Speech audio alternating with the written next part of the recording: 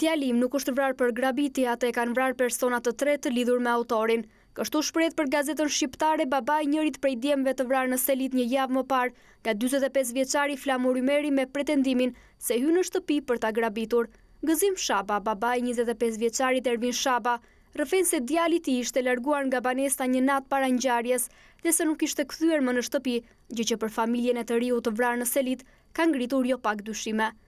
Do e kërkojmë të vërtetën deri në fund pasi ne jemi të sigur se vërteta është ndryshe, dhe tani që na iku djali të paktën të pastrojmë njollën që ka rënë sipër tij si grabitës, sepse djali im nuk ishte i tillë, pohon Gëzim Shaba për gazetën shqiptare.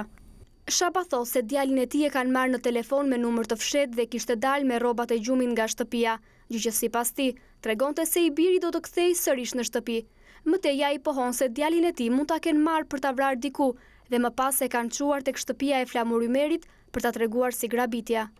Mëtej ai shprehet se edhe shokun e djalit atë natë kanë marrë në telefon me numër të fshehtë dhe dy djemt janë takuar me një person të tretë që nuk e dim se kush është dhe mendojmë se janë vrarë që atë natë jashtë shtëpisë së Flamur Ymerit. Madje mendojmë se ai nuk i ka vrarë vetë, por i kanë vrarë persona të tretë të cilët nuk kanë lidhje me Ymerin, thot ai mëtej.